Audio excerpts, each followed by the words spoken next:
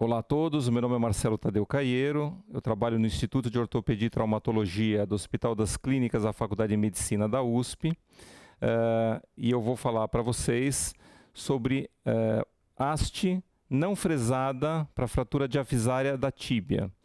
Essa é uma promoção da Sociedade Brasileira de Ortopedia e Traumatologia Regional São Paulo.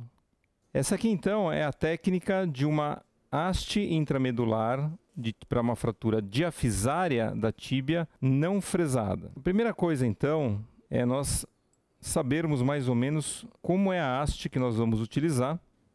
Então vejam que essa haste é uma haste que tem olhando ela de lado, ela tem uma curvatura de 10 graus. Isso é importante por causa do ponto de entrada, da inclinação do fio guia no ponto de entrada.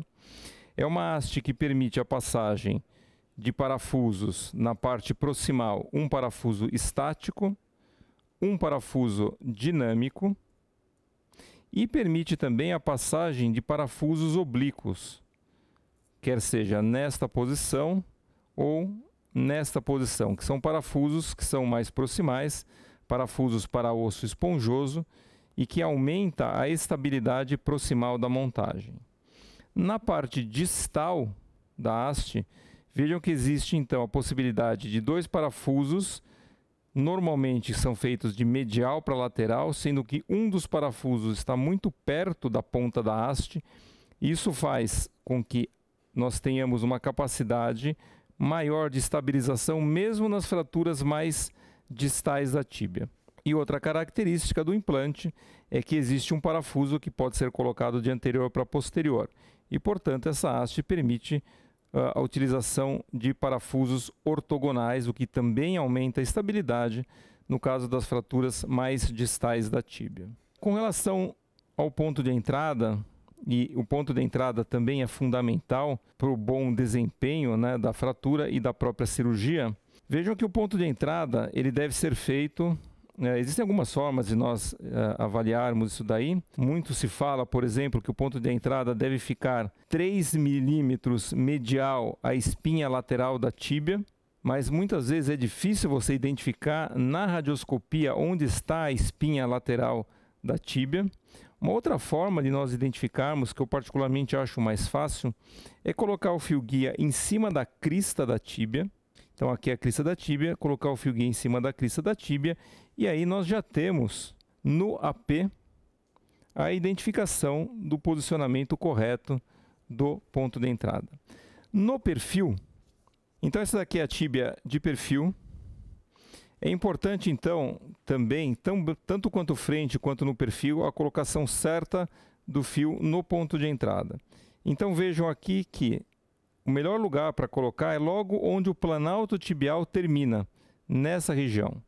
Um erro comum é fazer entrar com o fio guia mais distal nessa região aqui.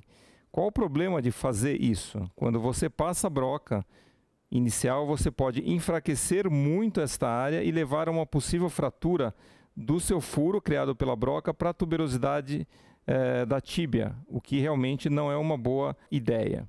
Então, o ideal é que no perfil ele entre exatamente aqui.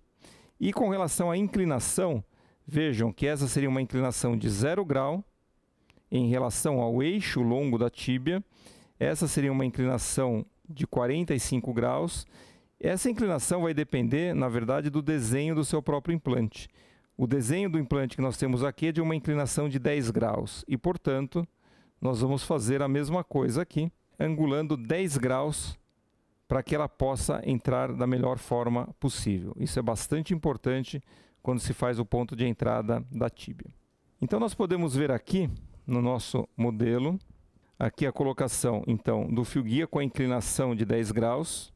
E aqui vejam que o fio guia tem que ficar alinhado com o canal medular. É um erro fazer isto, essa inclinação, é um erro fazer isto.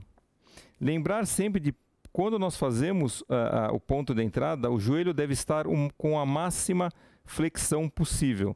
Isso facilita porque você consegue deixar a patela afastada de você e libera então para você fazer o ponto de entrada de forma adequada. Então inclina 10 graus. Como esse fio guia é rosqueado, a gente consegue girá-lo, mantendo sempre a lembrança do alinhamento com o canal medular. E aqui o fio está dentro do canal. Depois disso, então, nós vamos fazer o furo inicial com a fresa específica para isso. Aqui a fresa tem o stop. Tiramos então a fresa e tiramos também o fio guia. Agora a próxima fase é colocar o fio guia longo. A redução da fratura, que pode ser feita tanto de forma indireta como de forma direta. Na maioria das vezes a redução é feita de forma indireta. Então aqui o fio guia colocado. E lembrando então que essa é uma haste intramedular que não vai ser fresada. Então nós colocamos a haste. Com relação ao comprimento da haste, nós temos também a régua. Então, como a imagem na radioscopia, nós vemos esta ponta aqui e conseguimos ver aqui nessa parte mais distal a medição, por exemplo, 300, 320, 340, e aí então nós vamos escolher o comprimento da haste desta forma. Então agora a introdução da haste. O ideal é que a haste intramedular ela entre facilmente através de movimentos apenas com a mão, ou, se for necessário, nós podemos utilizar então o batedor e o martelo. Vejam aqui então que a haste ele está no limite. Obviamente ela não deve ficar nem um pouquinho para fora do osso. Aqui você pode avançar, por exemplo, mais meio centímetro, como eu fiz aqui. Ou avançar mais meio, ou até 1,5 centímetro, o máximo permitido. Aqui nós podemos ver o final da haste. Isso, vejam aqui então que nós conseguimos indiretamente saber também onde a haste está terminando aqui, através da colocação desse instrumental. Próximo passo é retirar o fio guia, o cabo em T. Então agora o fio guia é retirado. O guia de inserção dos parafusos é encaixado.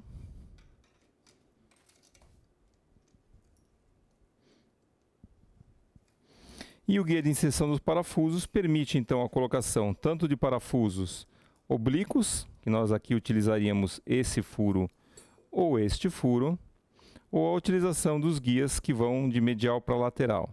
Então vejam aqui, essa parte é a parte medial da tíbia, então nós vamos entrar com parafusos da parte medial para lateral. Aqui a colocação do punctor. Vejam que a camisa deve ficar totalmente em contato com o osso. Se a camisa ficar afastada do osso, isso vai me falsear a medida do parafuso. Eu vou acabar utilizando o parafuso maior do que eu devo. Aqui a utilização do guia de broca. Lembrar que na tíbia é fundamental também travamento tanto proximal e distal com 2 parafusos de bloqueio. Então não usem apenas um parafuso. Usem, via de regra, 2 parafusos distais e 2 parafusos proximais de bloqueio. Essa broca é uma broca milimetrada. Então o que você faz é furar a primeira cortical, encosta na segunda cortical, mede quanto deu. Se, por exemplo, deu 30, você acrescenta 4 milímetros da cortical oposta e termina de furar a segunda cortical. Então esses parafusos de bloqueio são sempre parafusos bicorticais. Se a medida estiver difícil na própria broca, nós podemos utilizar um medidor convencional 40.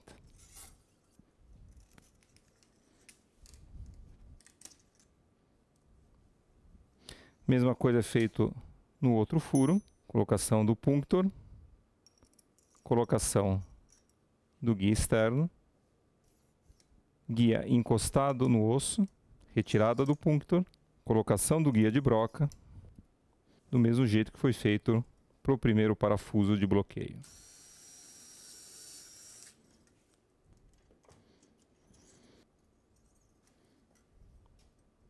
Trinta e quatro.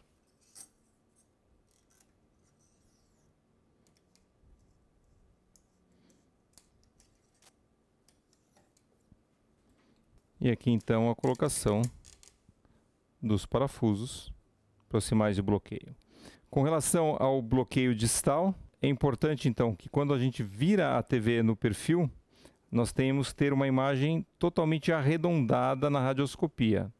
Não pode ficar desta forma e nem desta forma. Então o furo tem que ser totalmente arredondado para que a gente consiga fazer o bloqueio à mão livre da melhor forma possível. E esses são bloqueios de medial para lateral, 2 bloqueios pelo menos, e aqui, se for necessário, pode ser feito então um bloqueio de anterior para posterior, naqueles casos de fraturas mais distais da tíbia.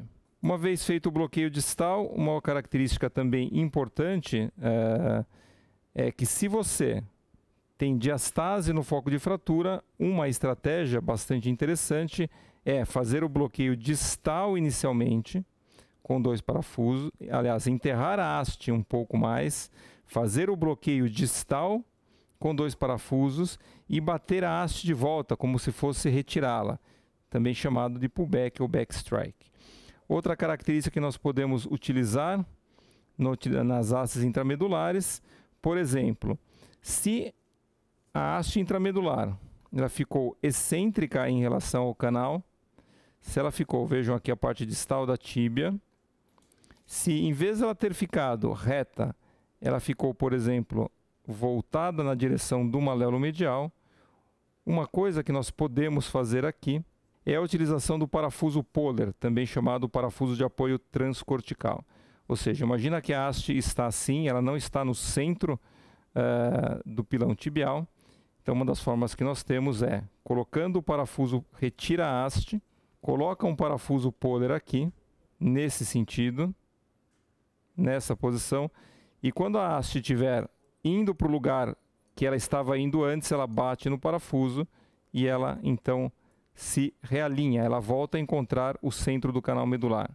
Então, o parafuso Poller funciona também como tanto um instrumento de redução, quanto também ela aumenta a rigidez da própria montagem. Então, é uma ferramenta bastante útil que nós temos também no caso de fraturas mais proximais ou de fraturas mais distais da tíbia para melhorar a nossa redução. Uma vez feito o bloqueio distal, então os guias são retirados e nós vamos então proceder à colocação do tampão. Esse tipo de implante permite a colocação do tampão sem a necessidade de retirar esse instrumento. Obviamente vai depender de quanto você entrou com a haste. Se você entrou um pouquinho, o tampão é 0. Se você entrou 5 milímetros, você pode usar tampão de tamanhos diferentes. Uma vez o tampão preso completamente na haste, né, ele dá uma trava completa. Aqui agora pode ser retirado. E aqui nós vemos então a colocação do tampão dentro da haste intramedular.